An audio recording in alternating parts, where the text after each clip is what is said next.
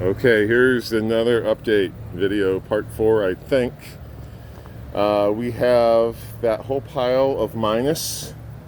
We put it in here, we use a screed board, tamped it down. Well, below that's the weed block. Then we put 1,500 pounds of sand and tamped that down. And we screeded that, tamped it, checked for level. And it's fairly level. There's a little bit of a booger there where the homeowner threw a tomato, but we'll fix that. And anyway, so we're flattish. Level is a different issue. It's mostly level, but it's very flat. So it's good enough to lay bricks. You know, we're not going to shoot billiards on this, so we're not going to, make it perfect. But it's good enough for a walk surface, for a greenhouse. So we decided that we are going to run the courses after much debate.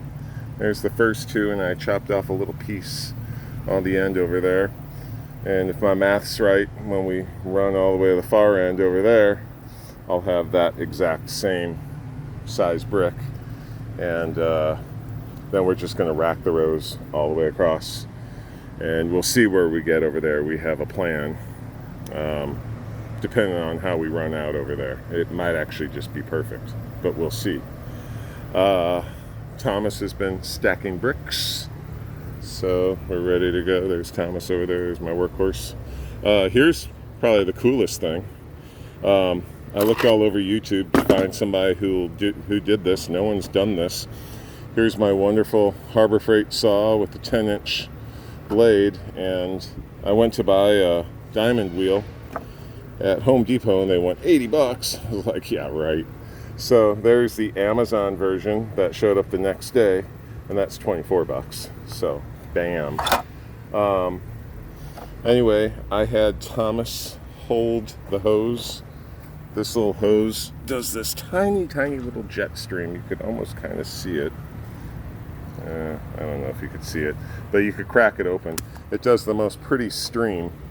And so while I'm chopping the saw, while I'm chopping the brick, he's right behind me squirting it with that little stream, and there is zero dust. It is amazing. That thing, you could save yourselves a ton of money, guys, if you got a chop saw and you got somebody to hold the hose.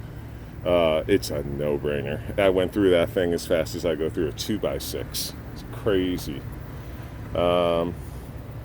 So I am soaking my bricks. I don't know how necessary that is, but I'm soaking the bricks for the end cuts to reduce the dust. You don't want to play with the dust. I know if you've seen all those YouTube videos, these guys making crazy dust. Guys, that crazy dust is full of silica. The stuff will kill you. Gets in your lungs, gives you silicosis, and it's a very slow, agonizing death. Just don't mess with it. Dust is bad. Stop making dust. Stop being a man. Make no dust, and if you have to make dust, wear your respirators. All right. It's coming. Okay, and here we are 3 courses in. So there's our pattern. We decided to go with the first row going like this because when I poured my form, I kind of did the lazy man and it pregnant bellied out on each side, and when we ran that first row of brick, we couldn't get it to run straight, so we ran rows like this, and we put a brick over here at the first one and another brick at the very end, and I snapped a chalk line right across here into the sand. And then I just lined up the bricks, and coming about here on the threshold, I had to put them on the chop saw. And I'll tell you, this chop saw is working great. I mean, diamond blade, wet saw kind of action, as long as you got a second hand to hold that water. So what I'm doing is I'm lifting up the guard with one hand and pushing down, or actually I'm lifting up the guard and squeezing the trigger at one hand and holding the brick on the other. And if you got a wet brick, and the guy holding the hose has a good aim, it's virtually dustless. And here's what we're doing with our bricks before we cut them. About 10-20 minutes soaking in water gets them nice. So these are the bricks that we're cutting that we need dust free. Get about 6 bricks per bucket. But all the other bricks, we're just laying in the field. We're just stacking and running.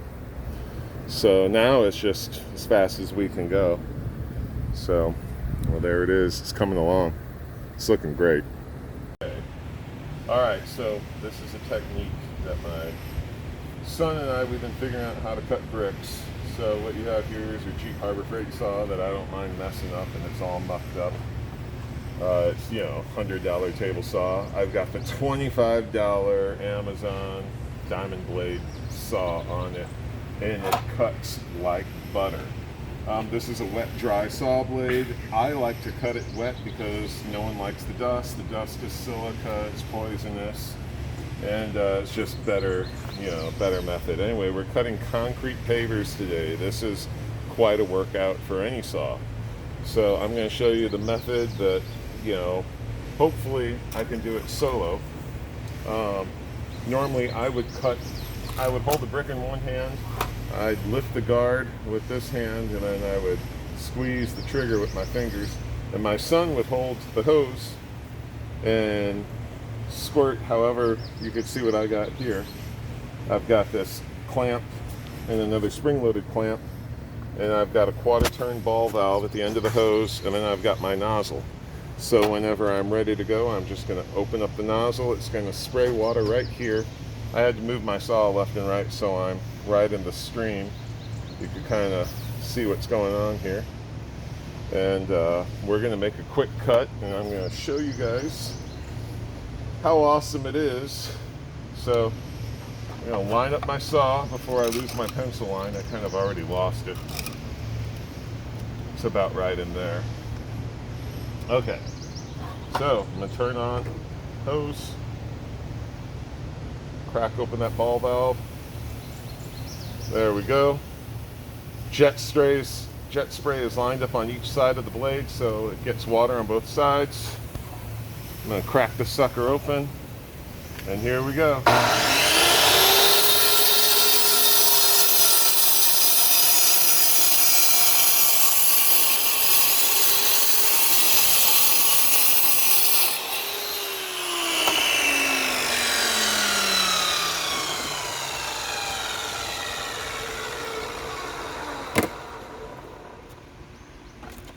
Just like that. So almost dustless. If I would have pulled this open a little bit more, I would have nailed it. But anyway, you guys get the idea. Hope this helps somebody out. I couldn't find anything like this on YouTube, besides one guy making a big old dust cloud storm. But certainly there's somebody out there trying to cut stone, and you don't want to spend $500 on a concrete saw. So this is how to do it. Peace. Never mind. Okay, so back at it. So I have Thomas over here. He's smoothing out the sand. We already poured out, you know, inch or two or so of minus, and now we're raking out about an inch of sand, and we're going to screed this so it's kind of flattish, and we're going to tamp this sucker down and then check it again. So that's what he has going on over here. Getting ready to lay pavers. And if we do it right, the pavers are going to perfectly extend from the greenhouse straight out onto this walkway. And then over here, this is kind of interesting.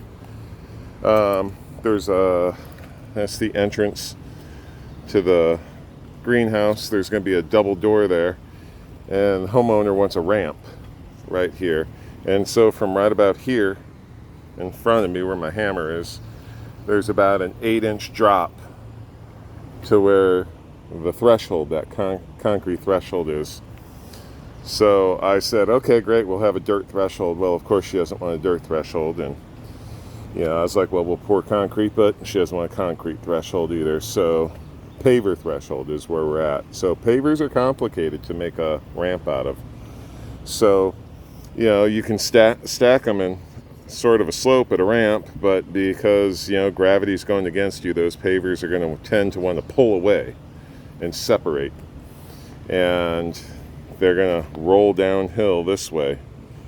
And also the ramp is going to kind of tilt this way and tilt that way, you know, on the edges. There's going to be a short little ramp. That way you could access this ramp from any direction using a wheelbarrow. And anyway, to keep all the pavers from trying to disconnect, we dug out what's going to be a curb. And this curb's about 8 inches deep or so. We formed it up. We threw some gravel down there and poured, you know, a dozen or so bags of concrete. And we formed up the inside, and then the outside edge, we just poured that straight against the rough soil. So hopefully, if this works right, you know, the curb will push against all the pavers that are on this ramp. And now we're just building up the ramp with layers of minus and gravel and sand until we kind of get the shape that we want. So there's our update. Hopefully we start framing on this thing soon.